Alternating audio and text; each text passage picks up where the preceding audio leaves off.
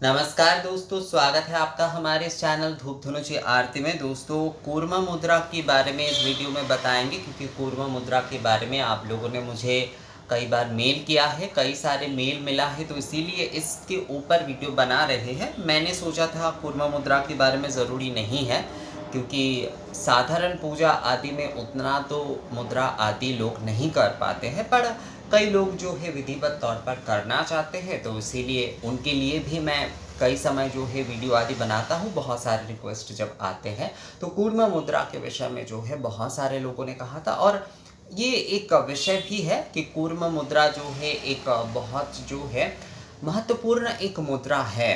क्योंकि भगवान के जब हम पूजन कर रहे हैं, जब हम विधिवत षोडशोपचार, दशोपचार, कोई भी उपचार आदि पूजन विधि कर रहे हैं, तो उस समय जो है दोस्तों, उस समय जो है हम भगवान के जो ध्यान आदि कर रहे हैं, तो ध्यान आदि में कूर्मा मुद्रा में ही, मतलब कूर्मा मुद्रा में ही जो है ध्यान आदि किए जाएंगे।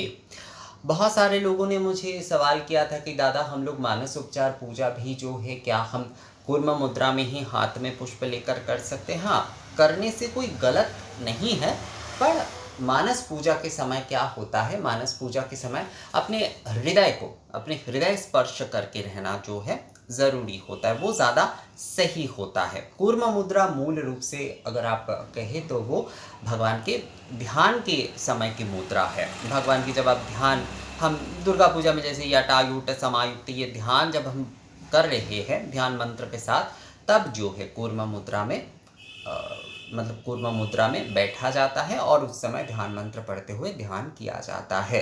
तो मानस पूजा के समय भी अगर आप ये मुद्रा करते हैं तो मुझे नहीं लगता कि कुछ गलत है, पर अगर आप जो है अपने हृदय स्पर्श करके रहते हैं मानस पूजा के समय, तो वो ज़्यादा सही होता है। अपने मस्तक के मध्य स्थल में पुष्प रखते हुए जो है अपने हृदय को स्पर्श करते हुए, क्योंकि ब्रह्म का स्थान होता है मस्तक की मध्य में जो है, तो वहाँ पर जो है अगर आप पुष्प रखते हुए अपने हृदय को स्पर्श करते हुए मानस पूजा की मंत्र कहते हैं, तो वो ज़्यादा सही होता है। दोस्तों, कूर्मा मुद्रा में देखिए क्या कहा गया है, मैं यहाँ पर आप लोगों को सरल रूप से ही बता रहा हूँ।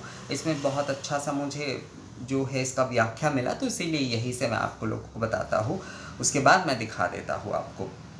तो इसमें कहा गया है, ऊर्ध्वमुख वाम हस्त की तर्जनी के अग्रभाग में, अधमुख दक्षिण हस्त की कनिष्ठा का अग्रभाग तथा वाम हस्त के अंगुष्ठाग्र पर दक्षिण हस्त की तर्जनी का अग्रभाग संयोजित कर दक्षिण हस्त का अंगुष्ठ उठा रखे, वाम हस्त की मध्यमा अनामिका तथा कनिष्ठा को दक्षिण करपिष्ठ पर स्थापित करे, दक्षिण हस्त की मध्यमा तथा अनामिका को बीच में मोड़कर वाम हस्त की तर्जनी तथा अंगुष्ठ के मध्य भाग में अधोमुख रखे एवं दक्षिण करपृष्ठ को कूर्म पृष्ठ की तरह ऊंचा उठाए।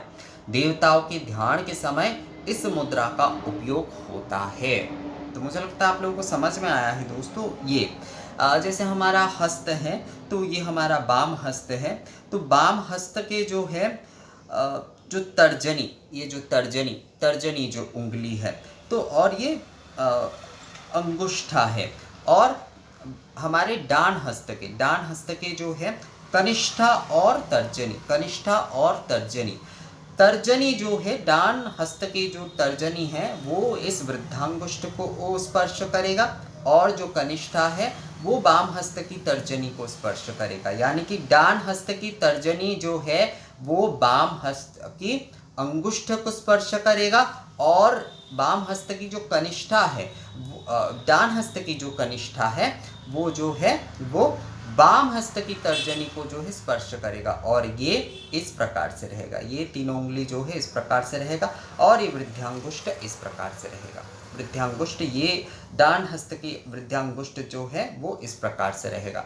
तो ये है कूर्मा मुद्रा, ये है कूर्मा मुद्रा। ये बीच के दो उंगली जो है, डान हस्त के बीच की जो उंगली है, ये जो है इस तरह से मोड़ कर रहेगा, तो ये हो जाता है कूर्मा मुद्रा। एक बार फिर से दिखाता हूँ, ध्यान से देखिए दोस्तों। असल में ये सारी चीज़ें ना आप लोग प्रैक्टिस करेंगे तो ही आप लोगों को समझ में आ जाएगा। ये हमारा वाम हस्त है, ये अंगुष्ठ है, ये तर्जनी है। हमारे डान हस्त के जो है बीच के ये जो 2 उंगली है इसे हमें मोड़ लेना है। और ये तर्जनी और कनिष्ठा, तर्जनी जो है डान हस्त की तर्जनी जो है वो बाम हस्त की अंगुष्ठ से स्पर्श कराएंगे, और जो है मतलब उसके अग्रभाग जो है डान हस्त की तर्जनी जो है बाम हस्त की अंगुष्ठ की ये अग्रभाग से जो है हम ऐसे जोड़ेंगे, और डान हस्त की जो कनिष्ठा है ये जो है हम बाम हस्त की तर्जनी के अग्रभाग से जो है इस प्रकार से हम जोड़ेंगे। और ये हमारा जो अंगुष्ठ है, ये हमारा जो अंगुष्ठ है डान हस्त का वो इसी प्रकार रहेगा ऊंचा, और ये जो 3 उंगली है इसे इस प्रकार से, इसे जो है इस प्रकार से। तो ये हो गया कूर्म मुद्रा, ये कूर्म मुद्रा। ये इस प्रकार से मुद्रा जो है इसका प्रयोग जो है जब हम ध्यान कर रहे हैं ओम यटायूट समायुक्त अर्धेन्दु कृत शीघ्र, इस प्रकार से जब भी हम जो है कोई भी ध्यान कर रहे हैं, ओम रक्तांग विचित्र वषणांग नवचंद्र चूड़ाम, जो कोई भी ध्यान मंत्र का हम पाठ कर रहे हैं इसी प्रकार से जो है कूर्म मुद्रा में हम ध्यान करेंगे।